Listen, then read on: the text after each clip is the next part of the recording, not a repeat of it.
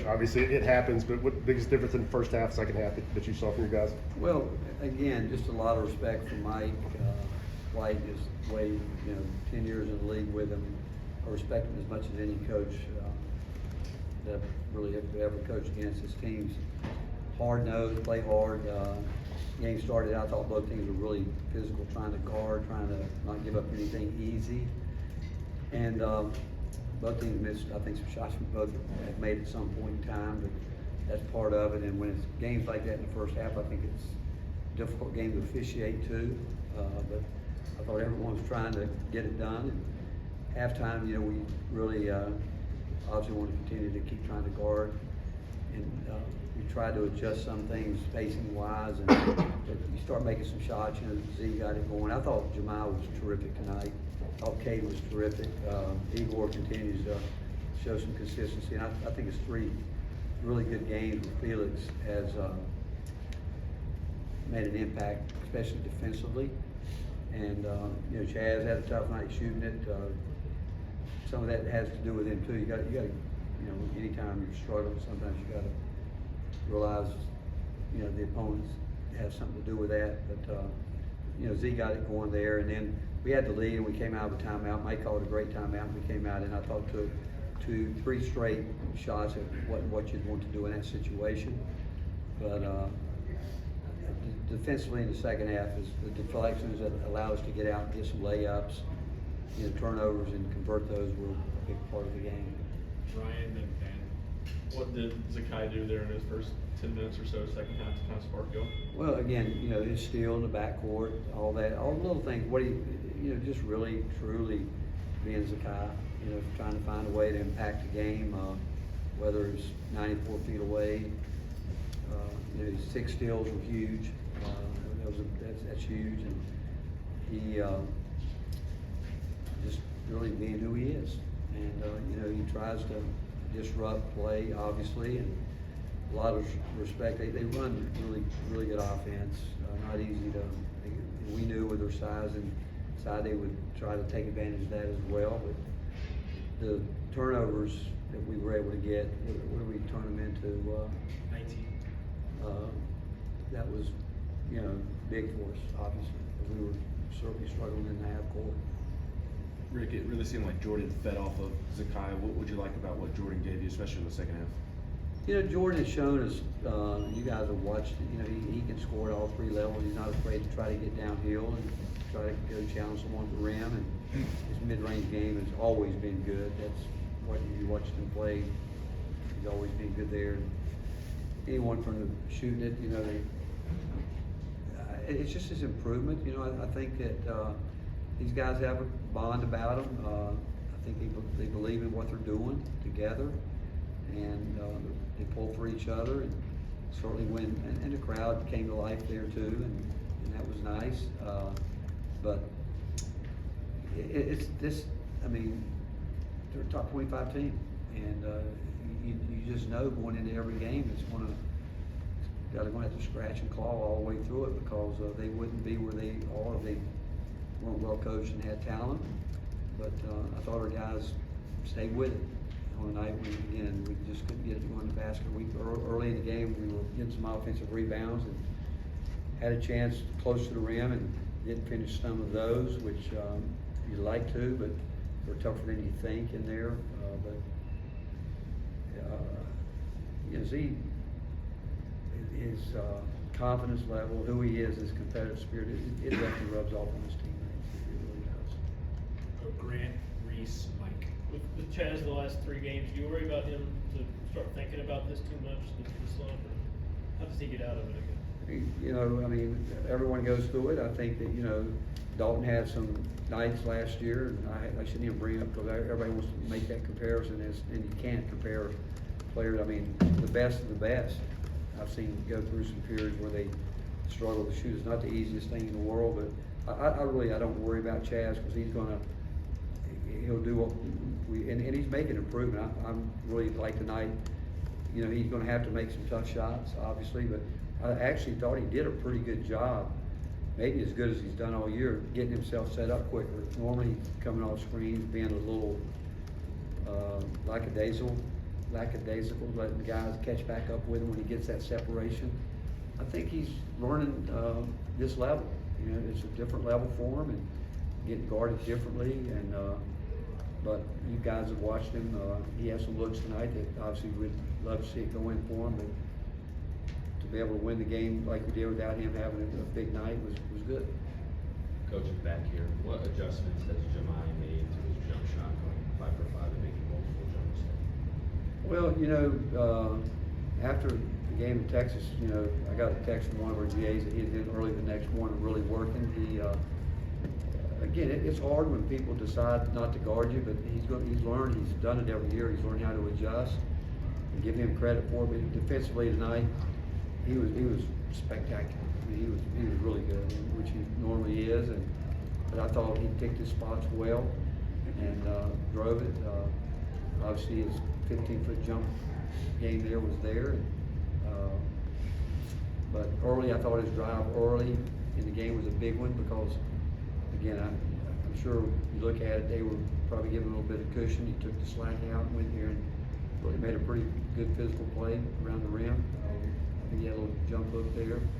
Shot that we need. We need, I don't care who gives it to us, we need more baskets in there like that, not to score it if nothing else to try to get fouled.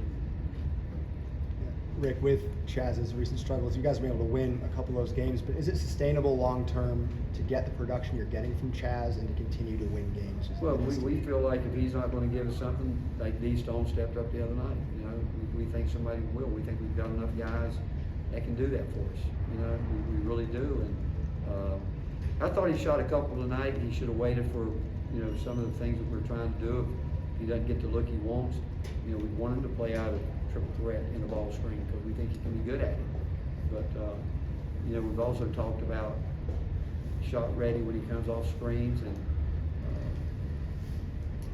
again, you guys seen him get it going, and again, I've seen the best of the best struggle, but the only way he's going to get himself out of is to stand involved in the game and take the shots that he practices. I mean, I don't care, and I told all our guys that when they get open and they have shots at the pace, game shots, game spots, game speed, we expect them to take it. Now, where it's just a little bit difficult is when guys are giving you those shots and we're not going in, so that's when you have to be able to know when to shoot them and when not to. Page, John, Wes. Igor continues to dominate on the offensive rebounding aspect, but what makes him so good in those out-of-area rebounds, especially on offense? Effort, just strictly effort. You know, he's always been a really good defensive rebounder. We knew that coming in, and that's something that we think it doesn't matter what level. You know, if you're a good high school rebounder, normally you're going to be a good college rebounder as you keep going up. He had proven he was a really good defensive rebounder, and sometimes you might play in a system where it's not emphasized as much. This league is a rebounding league. I mean, you look around our league, but he's worked really hard, and it's not easy because I know that people were getting ready, games saying you got to block them out, you got to do this, you got to do that. So it's like a running back in football. You know, you get hit. What can you do after contact? And especially on the offensive end, and he's just continued to make the effort to do it. Rick, Zakai broke the program record for steals tonight. For him to do it on a night where he has so many and he's scoring the ball so well and the crowd's getting into it, how fitting is that for him, his journey to do it on a night like this? You know, Zakai has been an incredible blessing for me personally. You know, I remember I saw him play one time in high school the last week of the summer, and you know, I'm sure his story is well documented. But someone asked me, Bob asked me about, I mean, what he does, what you guys see him do, you guys kind of pray, he does it every day. It's just who he is. It's in his DNA, and it's really a blessing as a coach to have a guy like that. Sometimes he gets so competitive and he's so hard on himself, but I tell you what, I don't know what I'd do without him. You know, I mean, he's my comfort blanket. He really is. At the end of the game, I'm glad we were able to finish without him because this might be the least minutes he's played in a long time. What did he play? 30?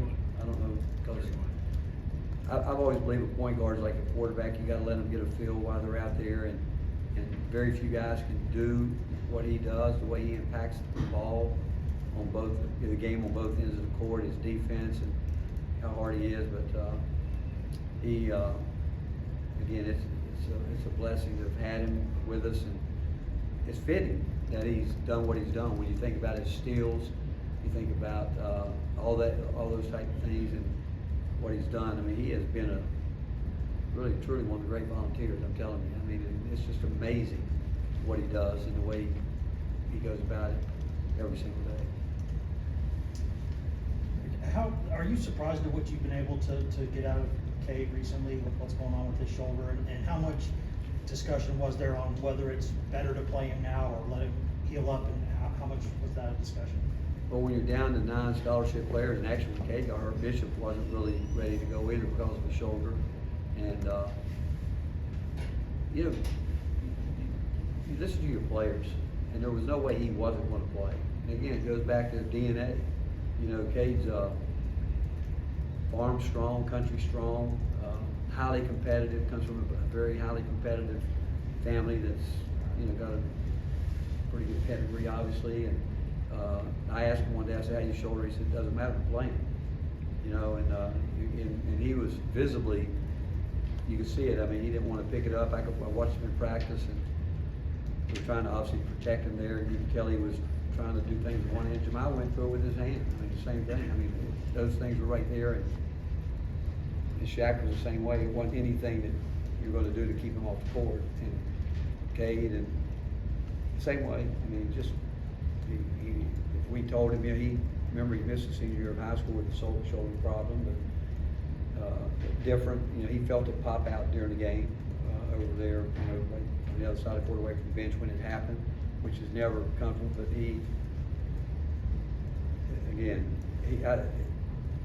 you know what? I don't worry about much of it anyway. With that, we're going to go with whatever we got. But I wasn't the least bit surprised. And I knew he was in pain, but when he said, "It doesn't matter, I'm playing," honestly, I'd have probably wondered if he didn't, because that's just who he is. Last two, Ryan Beck. Talked about a little bit earlier, but what you guys got from Felix defensively the last couple games, is that more what you expected from him this season? Yeah, he really has been good. He's gotten so much better up on the ball screens, and protecting around the rim. And you know what? He's going to continue to improve offensively if we can just continue to get his space where he needs to get it.